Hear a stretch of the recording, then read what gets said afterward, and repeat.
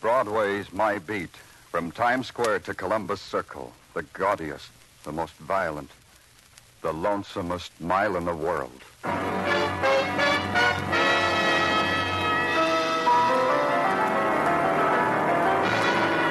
Broadway's My Beat, with Larry Thor as Detective Danny Clover.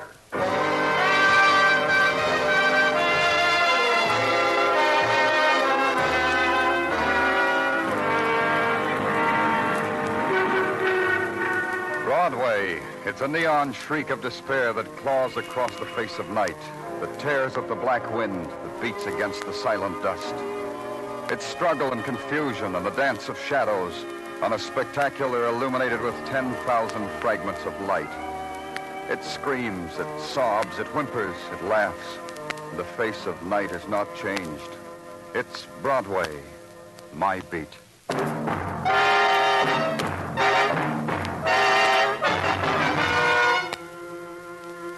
They were waiting, the harbor police, their launch dancing against the shadows of the curious, waiting and bound in the veil of mist rising above the river.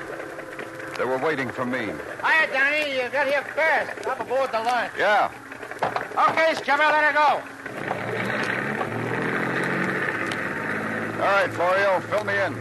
Well, Danny, it goes something like this. The city engineers were dredging the river for some social purposes or No something. philosophy, Florio. I'm not up to it. Yeah, okay, Danny. Like I was going to tell you, they was dredging the river and they come upon a car at the bottom of the same. Huh?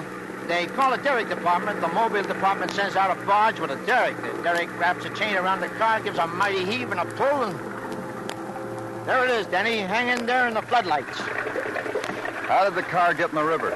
Well, the engineers figured that the only place it could have come from was off that bridge up there. Where on the bridge? Well, that's what's funny. There ain't a mark on the bridge, not even a blemish. Guardrail ain't touched.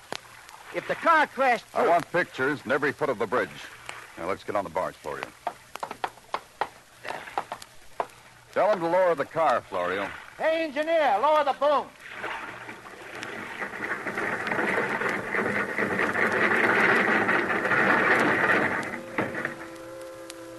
Boy and girl in the car, Danny. It's a long time in the river. How long? The engineer says from the amount of rust on the car, 2 or 3 days. Here, help me open the car door, Florio. Yeah, Danny. It's stuck. All that river water rusted the lock. Well, we keep trying. For a bad man, you got muscles, Danny. Danny, Why did you have to call me, Florio? Why me? but this makes it all the more down your alley, Danny. The bullet holes plugged neatly in the heart region. 1 each to each. They weren't not only drowned, were they? No. Florio, come here. Yeah? Yeah, Danny. What do you want? What does this look like to you? It looks like the front end of the car was smashed, like it hit something. Yeah, that's what it looked like to me. You think that's something, Danny? Come around here to the back. Now, you see that, Danny? And you tell me I shouldn't be philosophical. No. Yeah. Yeah, Danny. A sign. A sign that says just married.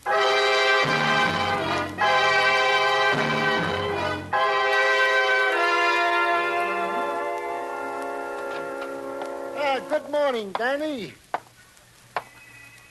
Well, I give you a greeting, Danny. Good morning. Oh, hi, Sergeant. How are you? Tall in the saddle. You're what? Tall in the saddle, Danny. This is an answer heard all the time west of the Great Divide. Intelligence from my youngest boy, Giovanni, who is studying to be a cowboy by box tops and television. Yahoo, Tartaglia. And what kind of intelligence did you get from upstairs? Give me the rundown. Rundown to wit. Identity of occupants of car established from respective wallets. Established occupants to be Mr. and Mrs. Charles Kimball, nee Jane Miller. Mm-hmm. Married 2 days ago at the home of the bride, where the groom had been an erstwhile and former boarder. Go ahead. Well, that's the intelligence from upstairs, Danny. And what, may I ask, is that envelope? Oh, here. It's the photographs Lou Jacobs took of the bridge off of which the car plunged down. Yeah. Now I believe it. This morning it was too early. Maybe I wasn't hearing right. But now I believe it. Huh? Look at these pictures. Let's see. This guardrail on the bridge is 4 feet high. It's untouched. Uh-huh. Nowhere along the whole length of it is there a sign that the car crashed through it. Well, then how could the car get in the middle of the East River, Danny, under 30 feet of water? That's a tall in the saddle type question, Sergeant. How did the car get there? Tartaglia shrugged, blinked, silently pleaded to be excused from the room, didn't wait for permission, got out. That left me alone with it. How did the car get there? How did it hurdle a 4-foot barrier without a mark, a scratch on said barrier? How? And then the question I'd been touting away from my brain. Why? Why the bullet-torn flesh of a boy and girl on a honeymoon, their blood washed away on a river slime? And then I knew no policeman's riddle, no games with the equations of murder could hold it back any longer. It had to be done, so I did it. I called on the parents of a dead bride. Just a moment. I'll only be a moment. Yes. What is it, please? Mrs. Miller? Yes, I'm Mrs. Miller. Please, if you're selling something, I'm afraid I can't do you any good. You see, we're in a kind of... well, everything's different now. And... I'm from the police, Mrs. Miller. Yes, I know, but I'm sorry. I'd like to help... The police? May I come in? Well, but everything's so upset. I don't like for people to see my house this way. It's about your daughter. Oh, but Jane's away on her honeymoon. May I come in, Mrs. Miller? Well, she won't be back for another 10 days. Please come in. This way, Mr. Clover, Danny Clover. Mr. Clover. I'm sure you'll want to talk to my husband, too. We've been rearranging the furniture. You see, 2 of our rooms are unoccupied now, and, Ben... Yeah, what do you want? Well, don't move the chair now, Ben. It's the policeman, Mr. Clover. Couldn't you have stated your business at the door, Mr. Clover? You see, I'm quite occupied at the moment. It's something about Jane, Ben. About Jane. Oh. What do you have to do with her, Mr. Clover? Do you have a picture of your daughter? Oh, yes, we have a whole album. A recent picture? Well, one of the wedding of her and Charles and Ben and me. May I see it, please? Wait a minute. What right have you to come into my house to... Oh, please, Ben. Mr. Clover just asked to look at Jane's picture. Well, there it is on the mantel, Mr. Clover. Well, that's Charles, her husband. Yes, Charles Kimball. Isn't he a fine-looking boy? There's no other way to say this. If there were another way, I'd give. They're dead. They're both dead. Murdered. Get out of my house. Go on. Go on, get out. Please, Get Ben. him out of here. Ben. I'll kill him. What kind of a filthy joke's he trying to play on us? Go on, get him out. Ben, don't. Who would want to kill our boy and girl, Mr. Clover? We don't know, Mrs. Miller. That's why I came here, because we don't know. Charles lived here with us. He and Jane fell in love. They got married 2 days ago.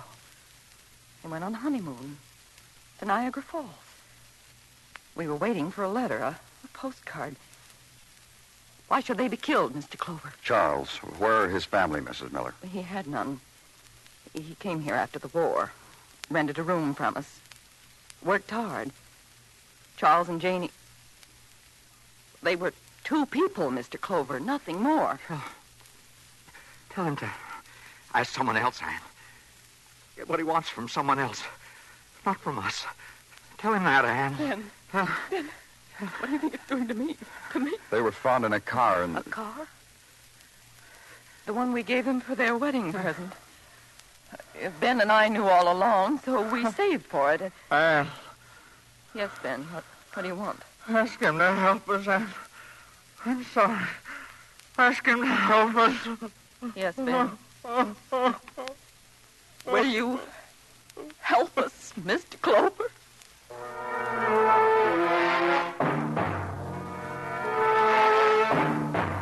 It was a basic question. It had a background of a few thousand years to it. A man's child had been killed. A man's child needed avenging. As simple as that.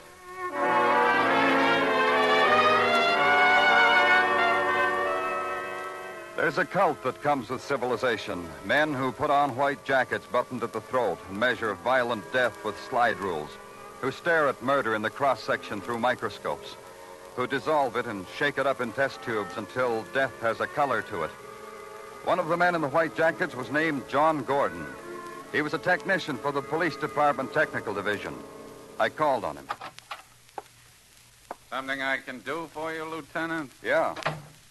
The report on the automobile dredged out of the river early this morning. Just a minute. Well? Well, wait till I finish reading this article, Lieutenant. You don't expect me to put it down now, do you? Yeah, I expect that. Have you read it? No. No, I don't expect you have. The isometric measurement of hydrogen ion concentration versus colorimetric measurements. Imagine you reading that. What do you read, Lieutenant? Obituaries, Gordon. Where's the report? I had it ready an hour ago. I waited for you. Now I'm here. Get it. I'll tell you about it. It's chock full of charts and graphs and chemical reagents. You'd be distressed. What's your great sorrow, Gordon? Who did what to you? The report, Lieutenant. It says the passenger car and the truck... What truck? Please. All right. The size, the shape of the crumped front end of the passenger car, together with the molecular displacement of the metal, indicates that the car, assuming a normal rate of speed, indicates that the car hit a truck. What kind of truck? I was getting to that. I don't know. Scrapings indicate that the paint of the truck was new and not its original coat, a widely used paint. From information available, the make of the truck is impossible to identify. What else? My job is done. Now it's in your very capable hands, I'm sure. Pardon me. John Gordon, Police Department, Technical Laboratory speaking. Oh? Yeah. Yes, he's here. For you, Lieutenant. Thanks. Hello? They switched me to you, Danny. On account of I asked. It almost took too long. Who is this? Floyd Carpa, Danny. Come get me, kid. I got news for you. Well, tell me now, Carpa. What kind? Charles and Jane Kimball, the couple who took a honeymoon in the river. Come get me, kid. Yeah, where? Bowery, 320 Front Street. Walk back, hurry, kid. Carpa. Come get me, Danny. Please, listen. I never said it to a cop before. Listen, come get me. Please. It was a name to launch a minor nightmare. Floyd Carpa.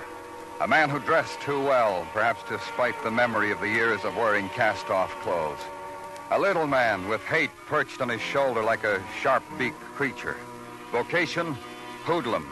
Majoring in bank holdups. 3 of them, 2 convictions. Floyd Carpa in the Bowery. He didn't belong there. Carpa saying he knew about the Kimball murders. It didn't fit. Carpa saying please to the police. It didn't make sense. 320 Front Street, he'd said. I went there. Walked back, he said. I did that. I'm Danny Clover here.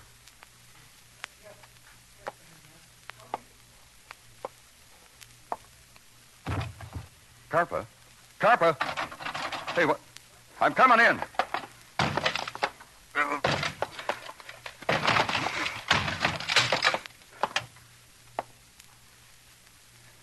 You almost made it with that. It was Carpa, all right. I had to look close to make sure, but it was he. No hate now. Something lent its own special expression to his face. Something, the bullet wound in his stomach, the time of pain, the final hugging close of the darkness. Floyd Carpa was dead.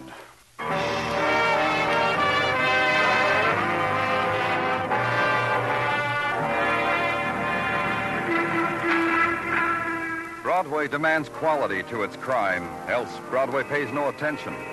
But when a boy and a girl are murdered on their honeymoon, when a boy and a girl are dredged from the East River, when a grade-A hoodlum named Floyd Carpa is found shot to death in the Bowery, Broadway gives pause. And there was a connection.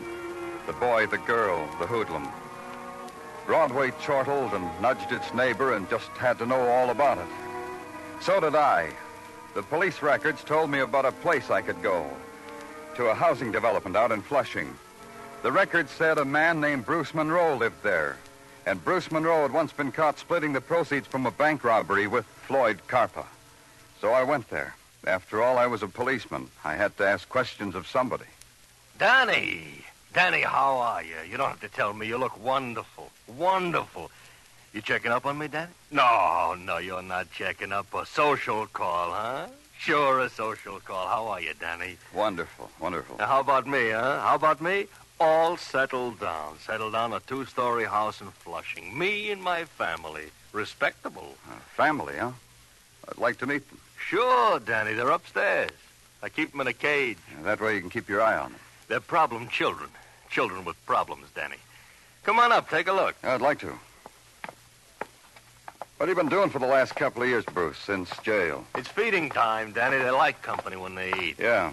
What have you been... Out here, Danny. I keep my family in a glass cage on the roof. Look at them. 30 beauties.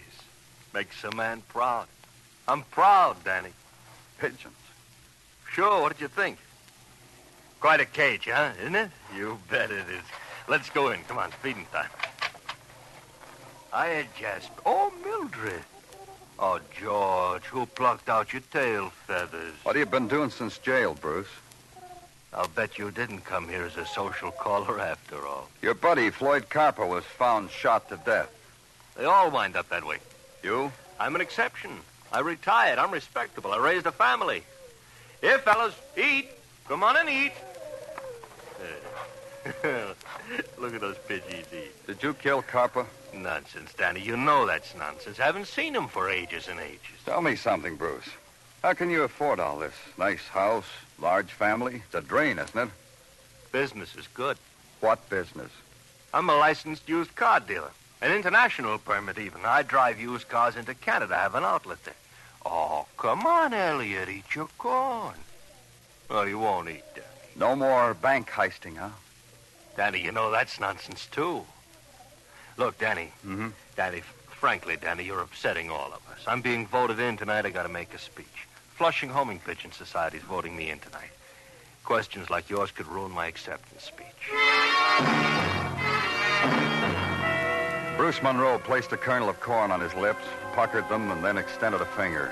Lucille fluttered to the finger, was lifted to Monroe's mouth, and daintily pecked away at the lunch so lovingly served. All that billing and cooing did something to me, so I got out.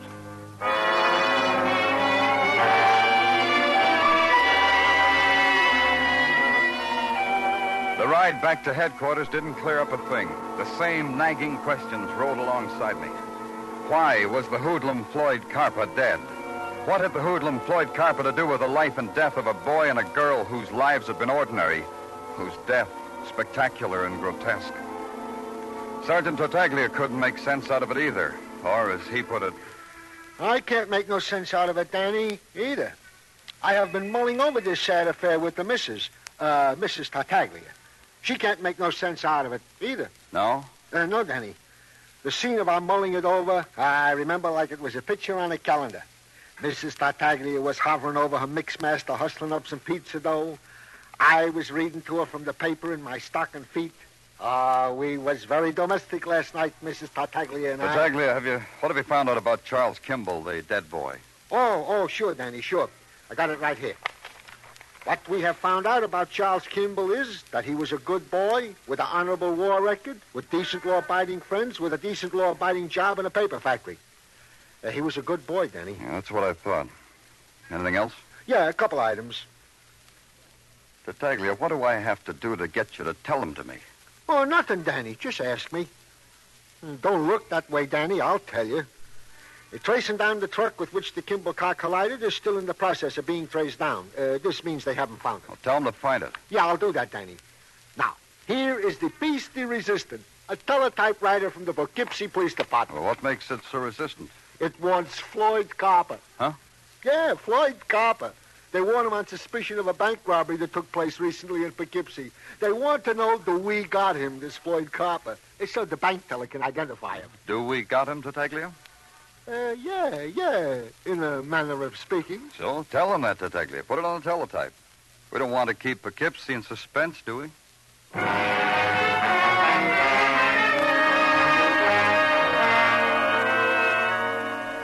So you're Danny Clover, huh? Been reading about you in the papers up in Poughkeepsie. Still trying to solve that honeymoon couple murder, I read. Which one of you is from the Poughkeepsie police? Me, who'd you think? This little guy's the bank teller. This little guy's Oliver Hilliard. How are you, Mr. Hilliard? Oh, don't blush, Oliver. The man just asked you hello, that's all. Answer, Mr. Clover. No? What are you going to do with a guy like that, Danny? He shoots and wounds a heister who could be Floyd Carper. Now he blushes. This way. I want you to look at Floyd Carper. Then Mr. Hilliard will know for sure. Down this corridor. Oh, you got him on ice, huh? Say, what do you think of our work up in Poughkeepsie, Danny? I haven't heard. About matching a 3-day bank robbery with a known bank robber. Clever, huh? Real magnificent. I knew you'd say that. Nothing spiteful about you big city police. We're going into the morgue now, Mr. Hilliard. Don't worry. It'll only take a second. You'll be all right. Sure. Oliver will be all right. He helped us, Oliver did. Described the bank robber. Picked out his picture from our files. That's the type of citizen we have up in Poughkeepsie, Danny. Cooperative. Right over here. Hey, this is quite a production you got here. Only at Poughkeepsie, we got a morgue that's something to write home about. You feel all right, Mr. Hilliard? Oliver feels fine, don't you, Oliver? Bet you can't wait till you get home and tell your wife about this, huh? All you have to do is take one look, Mr. Hilliard. Flip back the shroud, Danny. Well? That him, Oliver? This Floyd Carper, the one who held you up? Yeah. Oliver nods his head, yeah, Danny. Positively, huh? How do you like a cooperative citizen like that, Danny? The kind we grow in Poughkeepsie. Poughkeepsie's policeman, the bank teller, and I had nothing else to say to each other after that. When it finally registered on the Poughkeepsie policeman, he shook my hand heartily, thanked me from the heart, wrapped a hearty arm around the bank teller's shoulders, and led him back to Poughkeepsie. I started back to my office. On the way, Tartaglia shoved a phone message in my hand. It was from Detective Muggavan. Muggavan had something, the message said. Something maybe hot, maybe cold. Anyway, the something was in a garage uptown. Come right away, it said. So I changed course and went to the garage. This is called Morgan's Garage, Danny. Caterers to the desires and ailments of trucks, moving vans, trailerways, all kinds of heavy vehicles. Interesting. Yeah, like you say, interesting. This one over here, for example. Fascinating piece of machinery. Why does it fascinate you, Muggavan? 2 reasons, Danny. First, because it's exactly like one of my kids' toys. A trailerway, they call it. It picks up and delivers automobiles, carries them on the highways and the byways. Somehow it gives me a romantical feeling, these automobile carriers. The second reason, Muggavan? The second reason also fascinating. This trailerway is the truck you've had the whole department looking for, including me, Danny. What? Yeah, the one into which the honeymoon car crashed, or vice versa, before going over the bridge into the river. Are you sure? Danny, in something so fascinatingly routine as this, I wouldn't be sure. I've been scraping hunks of paint off of it, trotting them down a technical, trotting back, examining the stent and the grill work, trotting down the technical, trotting... Muggavan, would it be asking too much of you to shut your big mouth? Oh, not too much. Something, Danny? All this routine adds up to something? Danny, come back to me, Danny. You're so far away. That's how they did it, Muggavan. Carper makes us get away from a bank job upstate in a car, drives it up on this trailway. He and his buddy drive off. Who looks for a runaway car on one of these things? It's your party, Danny. On the road somewhere, they crash into the honeymoon couple, or vice versa. The kids see Carper's hurt from a bullet wound. They're murdered for seeing that. The murderers drive the kids' car up on the trailway, stop at the 59th Street Bridge, dump it. That explains the no scars on the bridge's guardrail, huh? Yeah. You sounded like you were tired of routine. Is that right, Muggavan? Yeah, that's right. I'll change it for you. Ever been to Flushing?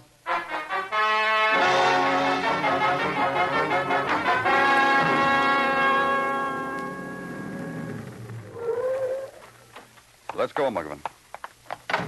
This house. Oh, such a serene and peaceful habitat, Danny. Hey, look, yellow shutters and chin straights. Tasteful. Ring the bell.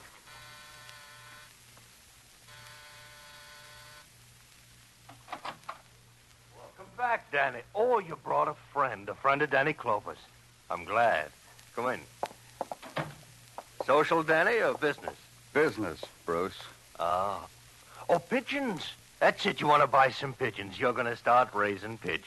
Pigeons? Muggavan, take a look at the serene and peaceful habitat of a man who dumped Floyd Carper when he was wounded.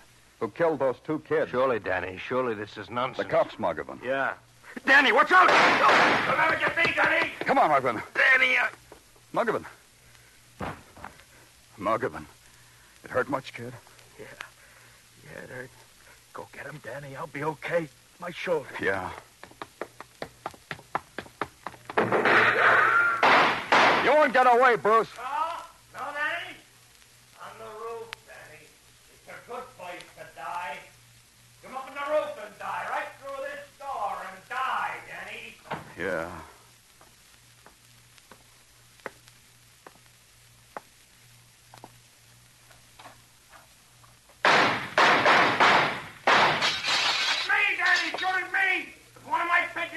Throw away your gun, Bruce. Throw it away.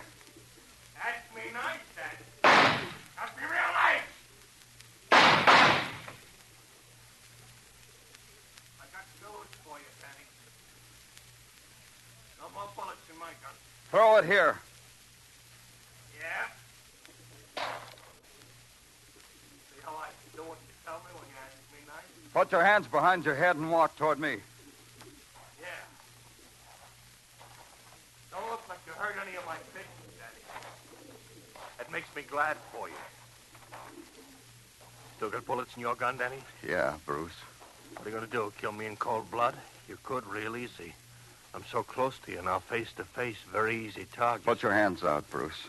Long time since there were handcuffs on him, huh, Bruce? Not long enough, you filth. You know, I'm glad, Bruce. Glad you did that. All right, Danny, that's enough. Enough. Now come quiet, Rob. No, Bruce. Those were for me. This is for Muggavan. And for 2 kids. 2 decent kids. 2 decent kids.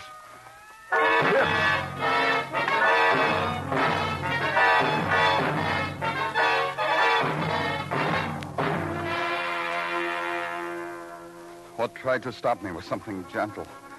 A gentle, easy Irish voice telling me I didn't have to hit him anymore. That I might as well be hitting a rag doll. That's enough, Danny, it said. Enough. Then they pulled me away. That was good because I would have killed him. Then I asked a question. The same gentle Irish voice told me Muggavan was all right. 3, 4 days, maybe, and he'd be all right. And that was good, too.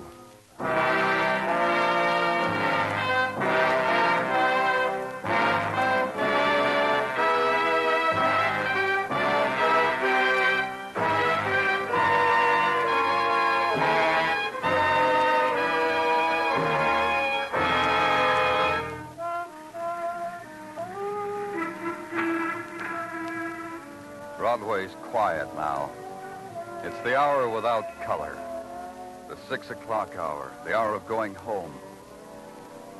But in a while, night will dip down and touch the street. There'll be fury again, and rack and roar and crowd. The restless wandering down a phosphorescent alley. The puppet dance into a screaming furnace of light. It's Broadway, the gaudiest, the most violent, the lonesomest mile in the world. Broadway, my beat.